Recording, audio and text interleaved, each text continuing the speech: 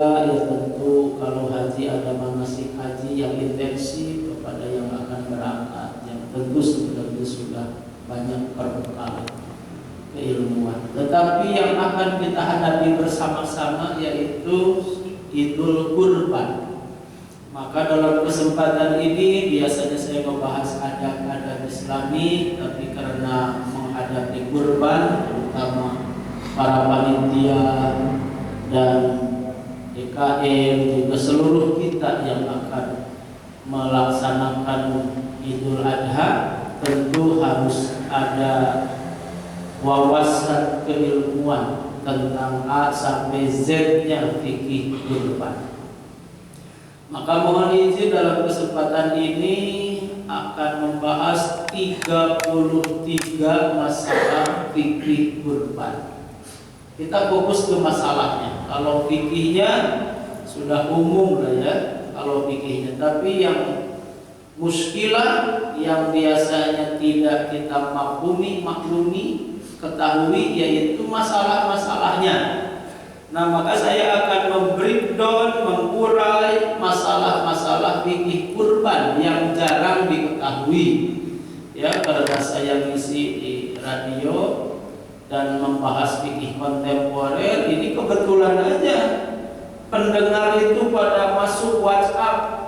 Ya, ada yang nelpon, ada yang dari Taiwan nelpon, Ustaz, saya di sini kurban, tetapi yang begitulah namanya di negeri mayoritas non muslim, begini-begini. Nah, tidak terpikirkan oleh saya yang ada di sini yang mayoritas, sedang di sana minoritas. Oh, banyaklah fikih-fikih yang tidak diketahui asalnya, bahkan tidak terfikirkan asalnya, jadi terfikirkan.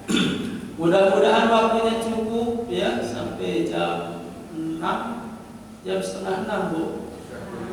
Setengah 7 Pak, mau setengah 10 ya. Mudah-mudahan cukup 33 masalah fikih kurban. Yang pertama, yang dasar dulu. Apa saja fikih kurban dasar yang mesti diketahui?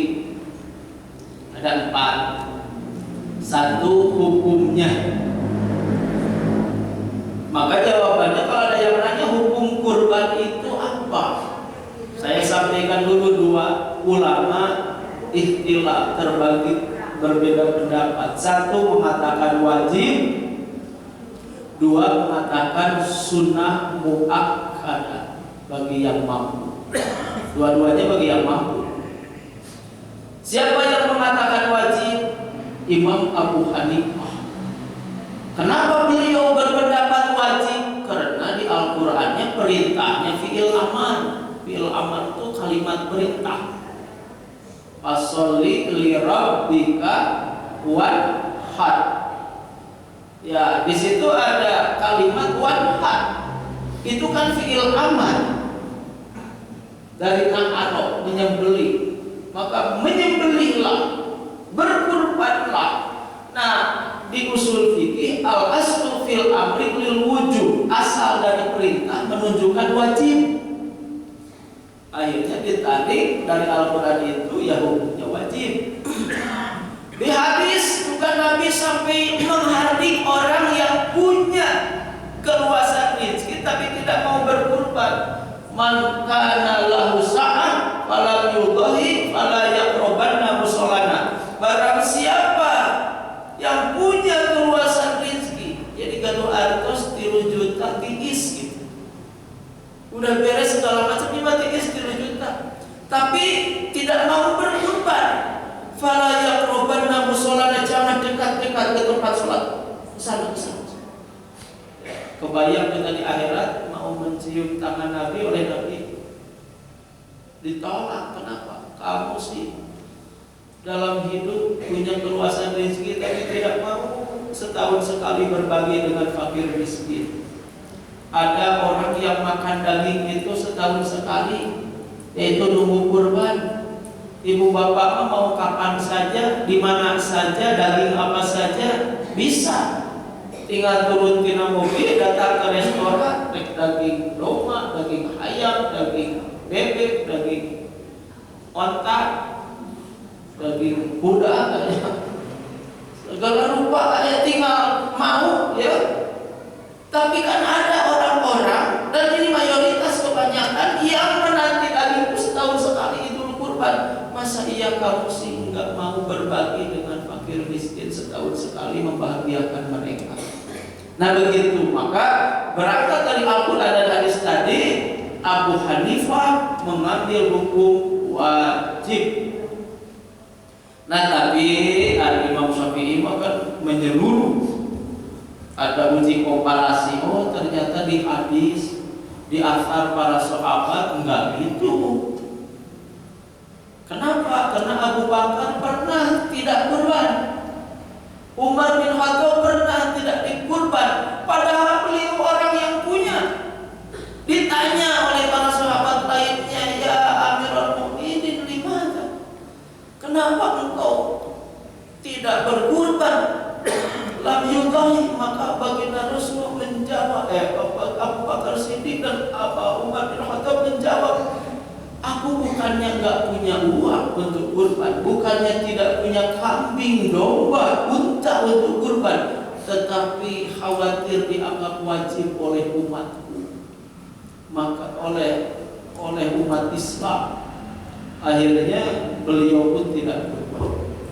Nah ini akhirnya kata Imam Syafi'i, ini sunnah mu'akkadah, sunnah yang sangat-sangat dianjurkan saja, tidak sampai wajib. Begitu. Nah kita semua karena mazhab Syafi'i itu memang ngambil hukum sunnah mu'akkadah, sunnah yang sangat-sangat dianjurkan. Tapi kenapa kita diusahakan kurban tiap tahunnya? Ini ada yang salah persepsi. Kurban itu bukan seperti haji seumur hidup sekali, bukan. Ada yang ditanya, ibu badai kurban, ibu hajah badai kurban, seperti kalian tidak ibu bukan. Da eta we kang kalungna jika rantai boga suara ragu. Gulana sanes antar wah ieu mah bongkar keluar tina mobil Mercy. Wajah badai kurban. Oh, saya mah udah kurban dulu tahun 81. Gitu. Jadi seolah-olah kurban itu sekali seumur hidup, padahal tidak. Hitung kurban itu tiap tahun bagi orang yang mampu. Nah ini ada yang atos dah maaf terus kurban tahun 85 gitu. Nah ini salah, kurban itu hitungnya tiap tahun. Setiap tahun punya keluasan rezeki, maka dia disunah muakkadkan, sunnah yang dekat kewajiban gitu Pak. Itu untuk berkurban. Nah ini kadang-kala salah persepsi. Dan saya masih ingat dulu ya, masih dari kontrakan ke kontrakan gitu hidup. Tapi merekatkan untuk memantaskan diri di sisi Allah untuk jadi orang yang punya, yang diberi keluasan rezeki. So kan aku padahal ya kalau dikejar secara fikih mungkin belum wajib. Tapi saya nabung, kenapa? Karena saya ingin memantaskan diri di hadapan Allah, bahwa saya ingin seperti orang yang mampu, dan nanti kalau sudah memantaskan diri oleh Allah akan dipantaskan dan akan ditakdirkan jadi orang yang mampu. Begitu Bapak Ibu. Jadi sekali lagi hukumnya sunnah muakkadah. Selanjutnya hewan apa saja yang boleh dikurbankan, itu yang kedua ya dari pertanyaan dasar. Maka yang dibolehkan itu mulai dari yang paling besar unta, ke bawahnya sapi, sejenis sapi adalah kerbau. Terus yang ketiganya, irisan ketiganya kambing sejenisnya, domba, kipas dan lain-lain. Tidak boleh buaya, kelinci dan lain-lain. Walaupun ayat awal Ibnu Abbas, kalau di suatu kampung tidak sampai tidak ada yang mampu untuk domba, sekedar kambing, maka ayatnya dujajah, ayatnya hayam, maka buaya itu nama rezeki gitu. Itu kawal Ibnu Abbas. Tapi ini kawal bukan kawal jumhur, jadi tidak bisa dipakai. Ia mengenal daripada daripada wakil berenang masyarakat berogana hayam boga domba hayamnya tenang. Tapi itu tidak bisa dipakai, ya, minimalnya kambing. Itu yang kedua. Yang ketiga, hal dasar itu hewannya seperti apa? Yang kriterianya ada 4 yang boleh untuk kurban. 1, tidak pecah, telolong, buta, tidak ada kecacatan matanya. Gitu. Yang nomor kedua, tidak pincang. Lamun uglek-uglekan, maka jangan. Jadi ibu ketika mau beli domba di pinggir jalan, ulah bakal dibayar sebelum domba itu teh sina leumpang heula, sina berdiri leumpang. Domba, nangtung, leumpang, kilometer, cek kilometer, oke. Ini bagus, tidak ada masalah. Beli. Kalau tinggal igluk-iglukan, entah tidak layak dan tidak masuk kriteria untuk kurban. Begitu. Yang nomor ketiganya, tidak boleh yang sakit. Ditinggali teh domba teh kieu emuyung. Kunaon ieu teh domba? Domba kunaon? Ternyata teu dalma. TBC. Kieu domba teh watiu. Ya loba ngarokok jigana domba.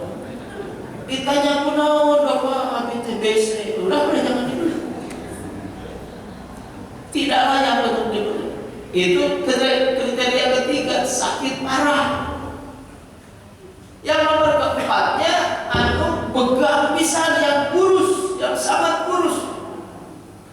Dia mah, kan kalau nikmat kari ayam, iya mah kari tulang. Domba teh komplek, begang, waduh, mending begung kieu domba. Maka tidak boleh untuk dikurbankan. Dah domba, dah hareulah tahun ieu pakai tahun hareup memang. Naon sababna? Sabab begang pisan. Nah itu enggak boleh. Jadi 4 kriteria, ya. Tidak boleh picek, tidak boleh pincang, tidak boleh sakit parah. Sakit parah, ada sakit rumah pas kurang ditanya domba sehat, haji bersih nama flu yang sifatnya insidental, enggak apa-apa. Ini mah sakitnya parah kayak TBC, kayak apa ya. Biasanya paru nanti udah terancam karena banyak belatung banyak. Nah, yang terakhir tidak boleh yang kurus. Nah, itu secara kriteria hewan kurbannya. Selanjutnya yang harus tahu itu yang dasar. Ini kan tadi masalah kambingnya, ini masalah kitanya. Nah, ini jarang yang tahu. Orang yang mau kurban ketika masuk bulan Zulhijjah tidak boleh memotong kuku, memotong rambut, kumis, jenggot dan semua bulu-bulu, tidak boleh saya sebutkan semuanya, ya. Pokoknya semua bulu-bulu yang ada di tubuh kita, kuku dan lain-lain tidak boleh dipotong, ya, tidak boleh dicabut. Jadi idza ra'aitum hilala dzulhijjah wa arada ayyudhi falyamsik adfarahu wa sya'rahu. Siapa yang melihat hilal bulan Zulhijjah dan bermaksud akan kurban, maka tahan, jangan memotong kuku, jangan memotong rambut dan semua bulu-bulu di tubuh kita. Begitu. Nah, ini dari sisi orang yang akan kurbannya. Jadi kalau bakal dicukur, bapak Gus kumis, Gus rada ieu tahanlah sampai 10 Zulhijjah.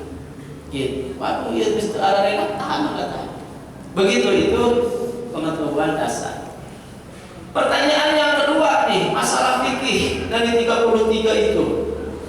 Bolehkah berkurban dengan cara berhutang? Ajengan saya terus terang bulan Zulhijjah ieu teh saya artos. Tapi artos di luar maseur sampai ratusan juta.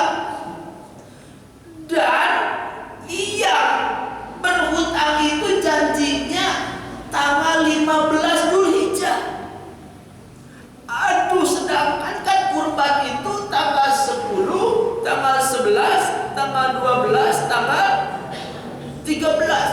waduh ini tinggal 1 hari lagi punya uang ratusan juta. Tapi di saat-saat kurban ya tegaluh pisan artos. Boleh nggak berhutang? Boleh, dengan syarat. Satu syaratnya yakin bisa dibayar. Nah itu karena berarti kita mampu, yakin bisa dibayar. Syarat yang nomor kedua, tidak boleh berhutang ke lembaga ribawi. Der aya Bang Emok ngeliwat,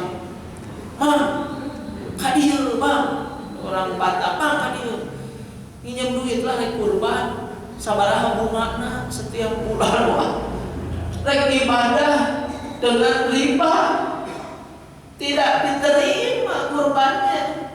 Kenapa? Karena kan riba, dosa besar.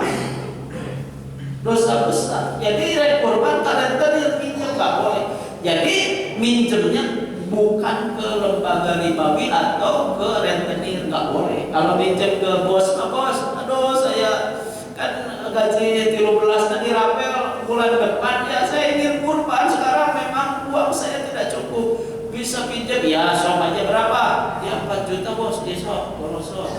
Kata ayah atas 14 juta ya gaji rapel, gaji 13, wah kan kebayar. Jadi harus yakin bisa membayarnya. Yang kedua tidak boleh ke tempat riba dan dengan cara riba. Dan yang ketiga ditakrif kepada yang berpiutang, dikasih tahu kepada yang berpiutang ini untuk kurban. Loh, kenapa ada syarat ketiga? Karena nanti akan jadi fitnah. Dasar jelema kebenar hari kurban bisa, hari bayar utang itu. Padahal manuk tadi yang kurban. Jadi fitnah, maka disampaikan ini buat kurban. Insya Allah tanggal sekian dibayar. Gitu. Nah jadi satu yakin akan bisa membayarnya, artinya ada uangnya nanti udah diyakini. Yang nomor kedua tidak boleh minjem ke lembaga ribawi. Yang ketiga harus dikasih tahu kepada yang berpiutang bahwa ini untuk kurban supaya tidak jadi riba. Pertanyaan yang ketiga nih dari pendengar radio, bagaimana hukum iuran kurban 1 kambing? Karena di sekolah-sekolah suka ada anak-anak iuran kurban, apakah sah atau tidak? Tidak sah. Kurban itu 1 orang 1 kambing, 7 orang untuk 1 sapi. Jadi kalau satu sekolah ada murid 300 orang, iuran 10.000 ewa, keluar 3 juta, terus dikurbankan, maka kurbannya sia-sia mubazir alias tidak sah dan tidak boleh, dilarang. Kita larang. Kenapa? Karena yang mubazir ini nyembelihnya apa? Buat orang lain, kurbankan. Cek ibu teh alas ya, woi makanya baru dan kurang gitu, kumaha tuh. Sebenarnya kalau ngerti fikih mah bisa tetap sah. Hanya teknisnya harus dibetulkan begini. Kata ibu kepala sekolah, anak-anak untuk menumbuhkan rasa empati, kepedulian sosial, dan ketaatan beragama, juga praktek PAI pendidikan agama Islam, maka di sekolah kita akan mengadakan kurban. Nah, karena kata ajengan ibu tadi subuh ngiring pangausan di Masjid Besar Cimahi Utara, sahur ajengan teu sah lamun iuran kurban. Dan kurban atas nama sekolah atau kalian semua, ternyata ada solusinya, anak-anak. Kalian akadnya sedekah kurban, sesudah terbeli oleh sedekah kurban itu, artinya hasil iuran 3 juta, si uangnya itu dihibahkan kepada seseorang, satu orang. Siapa? Maka mau guru PAI, mau Pak Satpam, mau Ibu kantin, mau TU.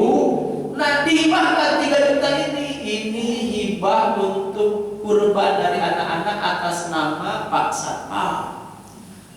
Nah, Pak Satpam kan nggak dibelikan rokok, nggak dibelikan HP, kade, karena akadnya sedekah kurban. Nah, akhirnya ini akad amanah, jadi amanah bagi Pak Satpam. Oleh Pak Satpam teh udah atuh dipeserkeun kana domba dan disembelih di situ. So, sana pada nyembelihna ada budak SMA kelas akhir, udah balik, udah ini belajar. Bismillahi Allahu Akbar, Allahu taqabbal qadar bla bla bla. Kiresel terus dirancah, terus dimarahkan bareng, kamu Pak Satpam, kamu ini, kamu semuanya bareng boleh. Sebagian kok dimiskinkan. Ya kalau di SMA anu 1.000 siswa sapi itu bisa ya, iuran sekian bisa sapi itu. Nah, jadi yang kurbannya bukan sekolah, yang kurbannya bukan seluruh siswa dan tidak sah, yang kurbannya Bapak Satpam atau guru PAI. Kalau siswa namanya sedekah kurban. Siswa semua yang 10.000 iuran sedekah kurban, makanya yang kurbannya guru PAI, yang kurbannya Pak Satpam. Begitu. Nah, itu yang benar. Jadi sebenarnya bukan tidak bisa, tapi harus pakai ilmu. Begitu. Nah, saya di sekolah-sekolah masih gitu aliuran dibelikan kanu domba, ini kurban atas nama SMPN 11 Geresel. Salah. Enggak saya SMPN 11 kan kayak 400 budak. Masa satu kambing 400 orang kayak dipikiran. Kayak gitu. Nah, begitu jadi ininya konstruksinya iuran kurban, sedekah kurban dihibahkan kepada seseorang yang akan kurban oleh seseorang itu dikurbankan atas nama dia, diurus naku sararea, dimakan naku sararea, sebagian ke fakir miskin, maka begitu. Atau anak di situ tidak semuanya orang kaya, sudah cukup. Banyak fakir miskin yakin di sekolah ini juga, ya udah di situ aja sok balak ya cekak. Begitu. Nomor sabaraha, Ibu siapkan pertanyaan Bapak ya. Nanti ada mungkin 10 menit sebelum akhir kita sesi tanya jawab. Selanjutnya yang nomor keempat, kan sunnah yang kurban itu menyembelih hewan kurbannya sendiri. Bagaimana dengan ibu-ibu? Bolehkah menyembelih hewan kurban? Badai air mencet itu sapi ibu-ibu. Iya mah cehajah iya mah orang nate ini apa gagah perkasa waktu. Wah si ojo iya wah eta luar biasa. Gitu. Kumaha boleh nggak ibu-ibu menyembelih? Memang gini, hukum asalnya kurban itu bagusnya penyembelihannya oleh kurban, begitu. Nabi SAW kurban, beliau yang menyembelih. Abu Bakar kurban, beliau yang menyembelih. Umar kurban, beliau yang menyembelih. Utsman kurban, beliau menyembelih. Ali kurban, beliau menyembelih. Talha, Jubair, Sa'ad, Sa'id, Abi Ubaidah kurban, beliau yang menyembelih. Bukan orang lain. Kalau orang makan siunnya, wah atos itu merdeka ya. Boleh nggak? Boleh. Tapi keutamaannya nyembelih sendiri. Nah, jadi masalah kalau yang kurbannya ibu-ibu. Wah, ibu ini katanya ingin sesuai sunnah menyembelih sendiri. Kumaha ya? Nah, secara umum boleh. Tapi memang syaratnya ketat. Satu, ibu-ibunya harus ibu-ibu yang gagah berani. Ulah tarekin ningali geti langsung ngayepok. Kalian ningali seukeut na bedol geus ngaleper. Ya Allah ibu cicing atuh kitu mah. Bikin hayang mencit segala macam. Itu satu, ibunya harus yang gagah berani.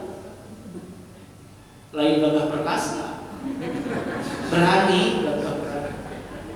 Yang nomor kedua, tidak boleh di depan laki-laki non mahram.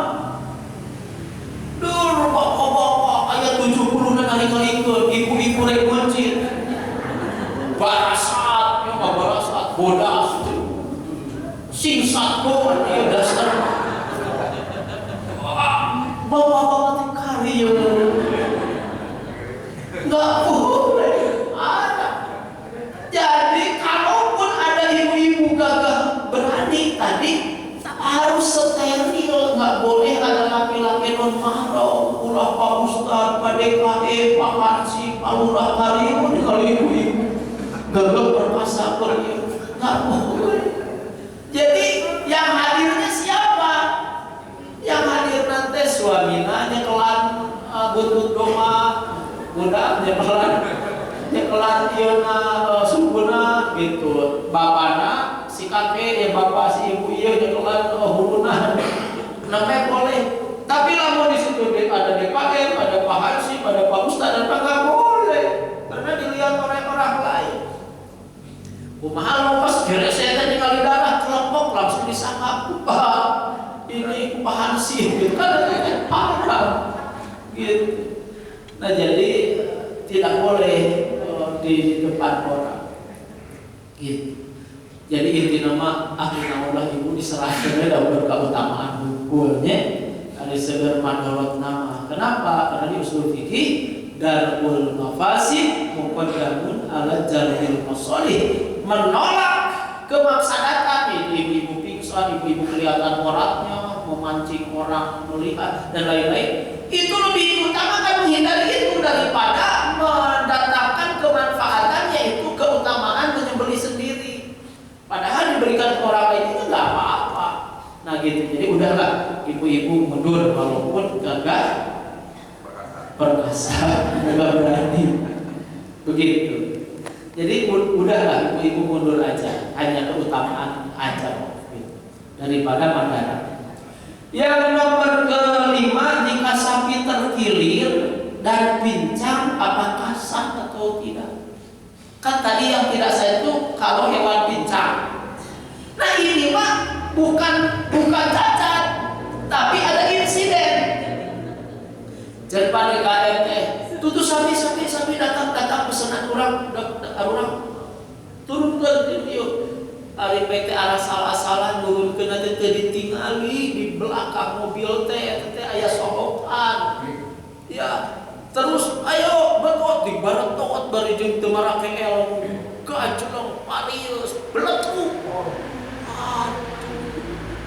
Sapi teh kikieuan. DKM teh Allah alas teh euy makani kamari ngaji jeung ajengan salah satu syarat sahnya hewan kurban itu tidak boleh pincang. Hari ieu makane ungkeun dan tadi misalah dek dibawa heula ka Cililin.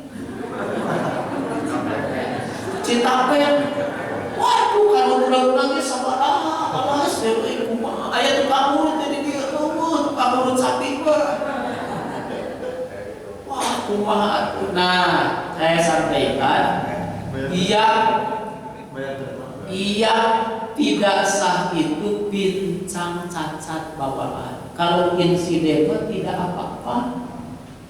Kenapa pincang bawaan tidak sah tapi insiden sah?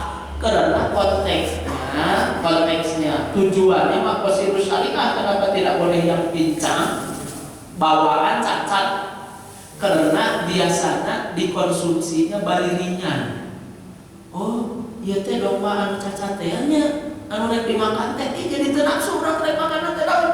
Oh, ieu domba anu cacat. Ibu pernah dengar ada anekdot pemuda buta dari kecil sampai remaja dia memarah-marahi Tuhan Allah. Ya Allah, kenapa saya buta? Kenapa saya buta? Kenapa kau tidak adil yang lain norma saya buta gitu? Tapi pas remaja ada penyerbuan kaum kanibal, semua remaja yang lagi bertumbuh itu ditangkap untuk disate oleh kaum kanibal. Kanibal memakan sesama manusia. Pas lagi disate pisan, nulolong teh dikieuan. Cek raja kanibal teh, "Entong eta mah lepaskeun deui." Ih, saya mah bari ringan cenah. Jijik ada harta gitu. Gitu akhirnya si dololong teh ya Allah alhamdulillah abi lolong. Namun abi teh lolong bar abi teh geus disate akhirnya. Nah, artinya cacat Jerman apa baririnya. Jadi nggak nafsu makan, kita mau makan. Tapi kalau dijalik ada lain cacat bawaan nggak apa-apa. Jadi namun ayat dijalik ke insiden terus terbincang-bincang ya mengurangi ugan-ugan ya nggak apa-apa karena bukan cacat bawaan. Begitu. Tapi namun cacatnya bawaan, saya dosen saya dulu tahu saya suka ngisi di radio, di TV, nelpon, ajengan, iya Pak Editor, dah ayah rezeki nak malam beli dong Pak BT online dikirim, nah ada diturun ke tina motor teh, ikluk-iklukan, ditinggali teh, cacat ternyata satu, tesah Pak Edi, tos buat ramai lah. Gitu di pojit maka balangnya cerakan aja niat sedekah aja. Itu kenapa ya itu mah cacat bawaan. Nomor ke-6, bagaimana hukumnya non muslim ikut kurban? Sah tidak? Ada pabrik dari itu. Pabrik teh misalnya non muslim, Chinese. Pada DKM saya mau kurban sapi. Kata si Cik teh misalnya DKM tengah bulan si agama kok lucu halus ya kumaha diterima udah lain agama Islam diterima lebaran halus ya kumaha ayo lempar sapi masa ditolak ya lempar sapi tapi si jika lain Islam tapi dia sosialnya bagus pada kaya Pak Ustaz saya sapi kurban gitu. Kalau bisa saya yang menyembelihnya nanti. Malah siapa? Datang ajengan kumahanya ya anu bade kurban. Bapak ulah ditolak. Tapi tidak sah. Mun hoyong sama sumpingan sikona punten ieu mah. Kurban itu kan bukan bukan buat rampok, tapi ini ibadah konteksnya. Nah tentu kami umat Islam ingin sah ibadah itu karena kalau tidak sah mubazir dan kami kan panitia amanahnya juga untuk menyembelih dan mengurus hewan kurban. Kalau hewan buat terang nggak ada, bukan kewenangan kami. Kan beda hewan kurban sama hewan buat terang kan ayah. Niat tarik buat terang. Nah, jadi kumaha tuh? Jadi saya nggak bisa kurban. Oh, bisa langsung terus kan bahaya. Bisa kok, tapi caranya kok begini. Kan kok ada karyawan muslim kan? Oh, semuanya karyawan saya muslim. Ayah satpam muslim iya. Nah gini aja kok, kok dihibahkan ke satpam. Nah nanti satpam berapa orang satpam kok? Ya ayah 2 orang. Pekerja mah ratusan, ambil weko para ketua divisinya lah, jadi 7 jam satpam 4, 5, 8, 7. Nah engkau itu dihibahkan lah kok, ya saya hibah atau saya sedekahkan atau ya niatnya memberi lah, orang muslim kalimatnya jangan dihibah, memberikan kepada 7 orang ini sapi. Nah yang kurban ini 7 orang. Tapi tetap nanti PT kok disebutkan, pabrik kok disebutkan. Jadi ini kurban dari karyawan PT Ledeh. Misalnya. PT Naura. PT Atta Barata atas nama Bapak Anu. Ya karyawan itu teh disebutkan dulu karyawan supaya sinkron nanti di situ teh bangga gitu. Ini kurban dari PT Atta Barata atas nama 7 karyawannya yaitu Pak Odi, Pak Ono, Pak Otang, Pak sebutan satu-satu. Nah, sebelum aja. Sah nggak? Sah. Jadi singko jadi murah banget. Itu seneng. PT-nya disebut, karyawannya disebut, gitu artinya salina heran. Lauk beunang, lauk sapi beunang. Lauk heran, sapi beunang. Kebunna bersih, sapi beunang. Nah, nomor seberapa? Kurban untuk satu orang atau untuk satu keluarga? Karena saya di YouTube dengar bisa kok kurban satu kambing untuk banyakan orang. Nah, ini yang salah persepsi. Termasuk almarhum, semoga Allah merahmati beliau. Ya, saya Ali Jaber itu kapupun dipanggil ke MUI karena beliau di Arab Saudi, di Indonesia mungkin satu kambing ke satu orang, terus dia di ceramahnya berfatwa salah kambing satu orang untuk satu kambing untuk satu orang, bisa kok untuk 9 orang 12 orang, yang penting masih keluarga, katanya begitu. Nah, ini akhirnya oleh MUI dipanggil, ya, saya MUI, bagian dari MUI, dinasihati oleh MUI, diberi ini yang dimaksud satu kambing untuk banyakan itu bukan kurban, tapi kifarat kurban. Jadi satu orang bisa mengkifarati orang-orang keluarganya yang tidak berkurban. Begitu, bukan satu kambing boleh untuk 7 orang, untuk 10 orang, untuk 12 orang, tapi satu kambing atas nama satu orang, tapi mengkifarati atau mengikut sertakan keluarga boleh, tapi tetap secara legal formil, secara akad, secara fikih atas namanya satu orang, tapi mengkifarati orang-orang sekeluarga. Jadi misal Allahumma taqabbal atal udhiyah bapak anu dan keluarganya tersebut, yang kurbannya si bapak pula, tetapi mengikut sertakan keluarganya boleh, karena baginda Rasul juga gitu. Allahumma taqabbal li wali ahli, ini untukku dan untuk keluargaku. Ada lagi di redaksi hadis lain, Allahumma taqabbal li, Allahumma taqabbal hadzal qurban li wali ahli dan wali muslimin wal muslimat. Muslimin muslimat juga oleh Nabi yang tidak kurban dikifarati. Begitu.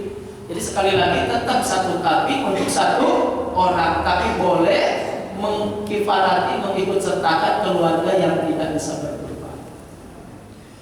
Yang nomor ke-8, bolehkah kurban dijagal non-muslim?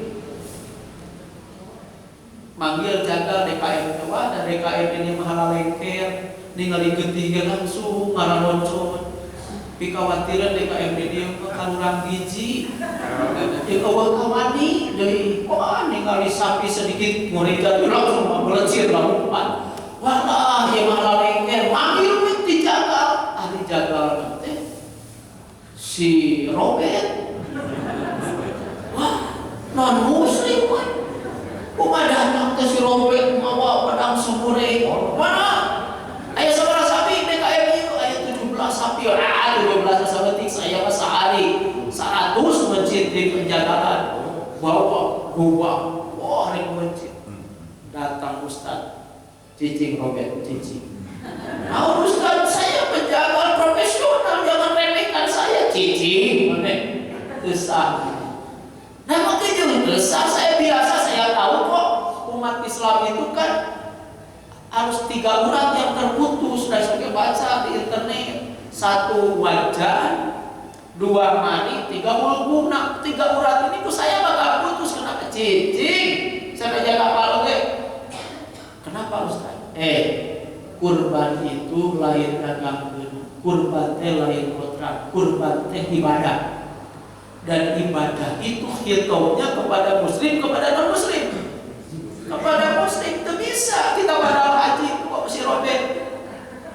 Kok mau badal sholat? Gerharian sholat ya, pangetian sholat. Enggak bisa. Nah, jadi ini kurban itu ibadah, bukan yang beli kaos di pasar. Enggak bisa. Ini harus orang Islam. Jadi kurban dari muslim oleh muslim boleh enggak? Nanti penyebarannya kepada non muslim. Nah, kalau penyebaran baru boleh. Nanti orang miskin tapi non muslim boleh nggak dibagi? Boleh. Tapi kalau penyembelihannya tidak boleh.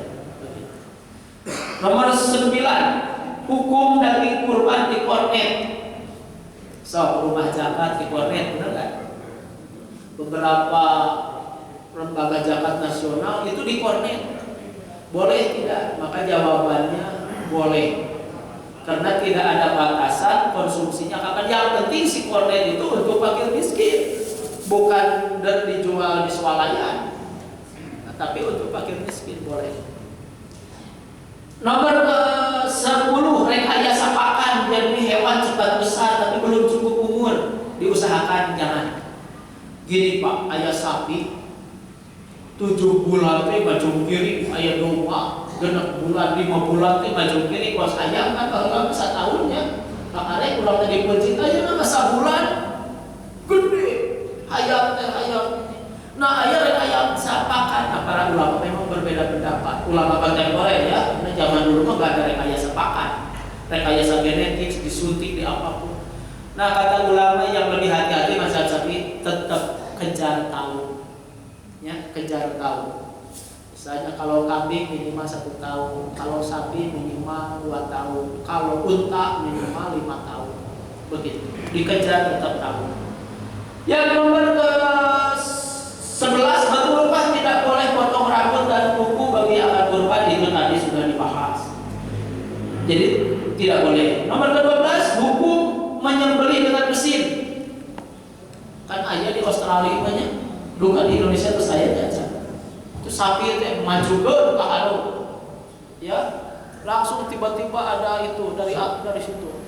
30 sapi itu nggak gerencang dalam hitungan detik, sedaya dong. 30 itu langsung tararubah. Jadi kayak mesin, jadi si sapi itu masuk ke satu ruang sempit gini, didorong ke depan, lain didorong, di bawah nanti maju gitu, si tatapakan nanti maju gitu Pak. Tiba-tiba ada itu mah blesat, serot semuanya, pernah 30, 50 sekali, boleh atau tidak?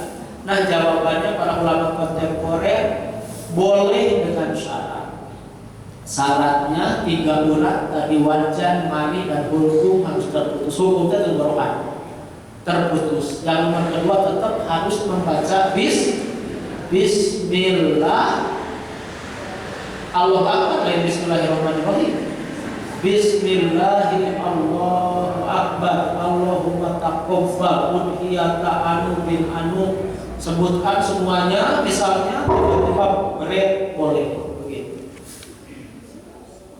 Nomor ke-13, panitia menjual kulit hewan kurban boleh atau tidak?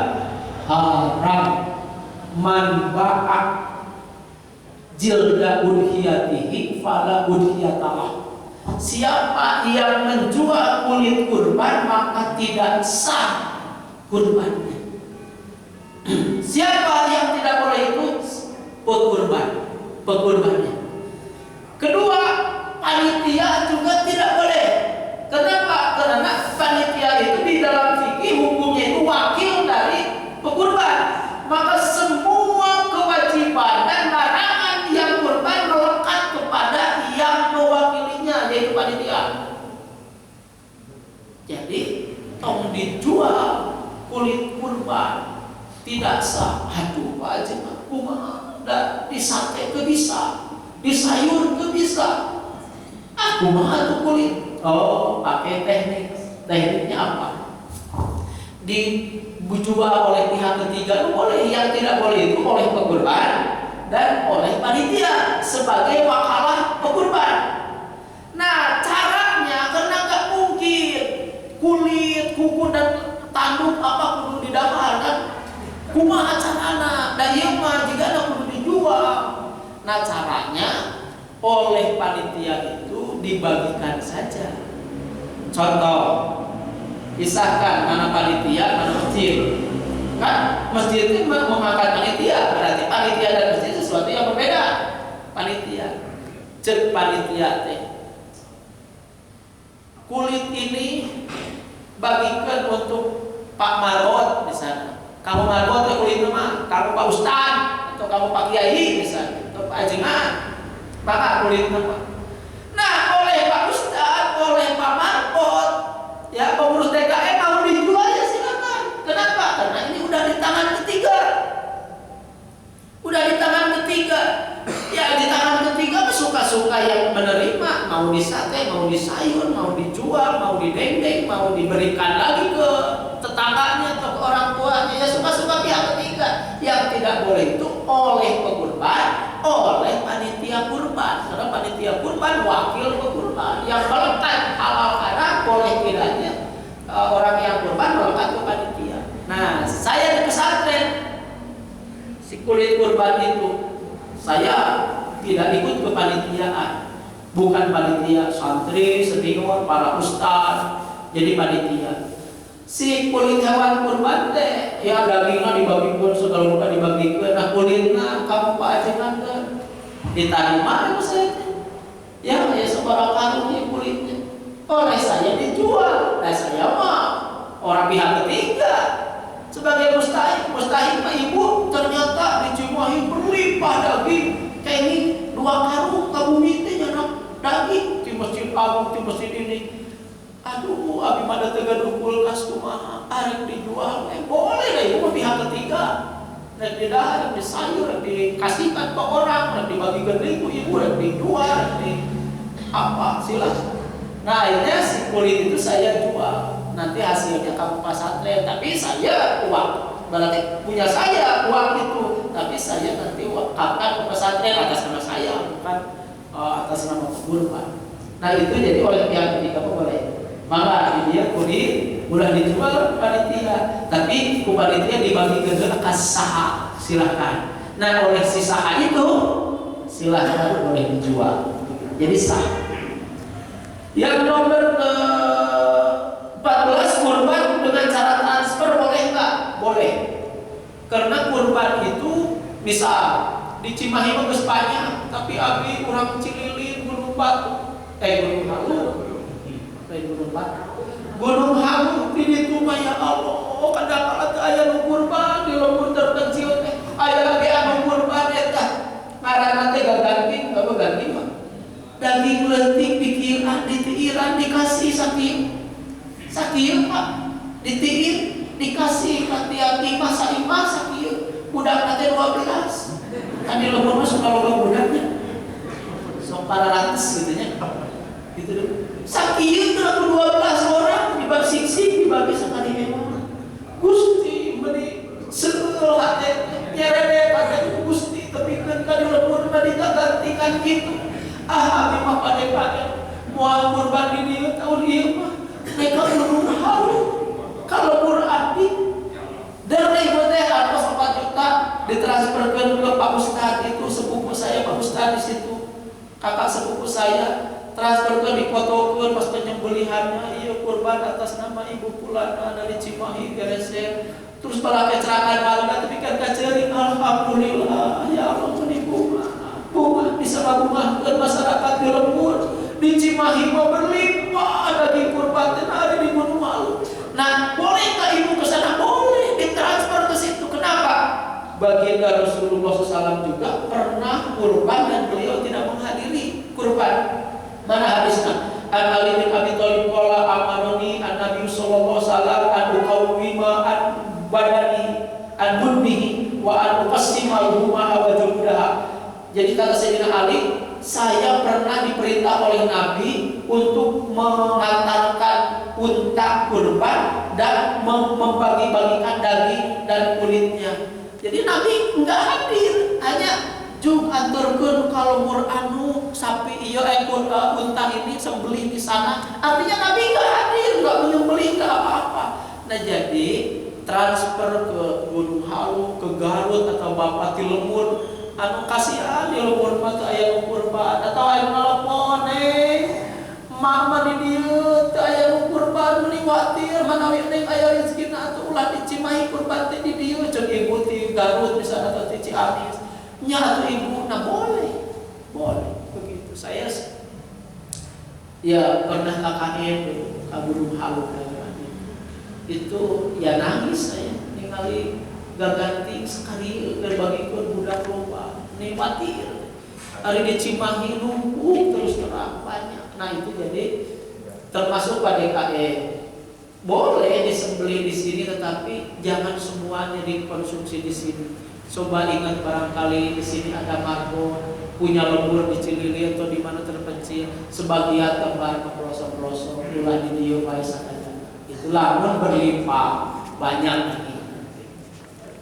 Begitu yang nomor ke-15 boleh berkurban dengan kambing atau sapi betina, sapi bikang, domba bikang boleh atau tidak? Maka jawabannya boleh.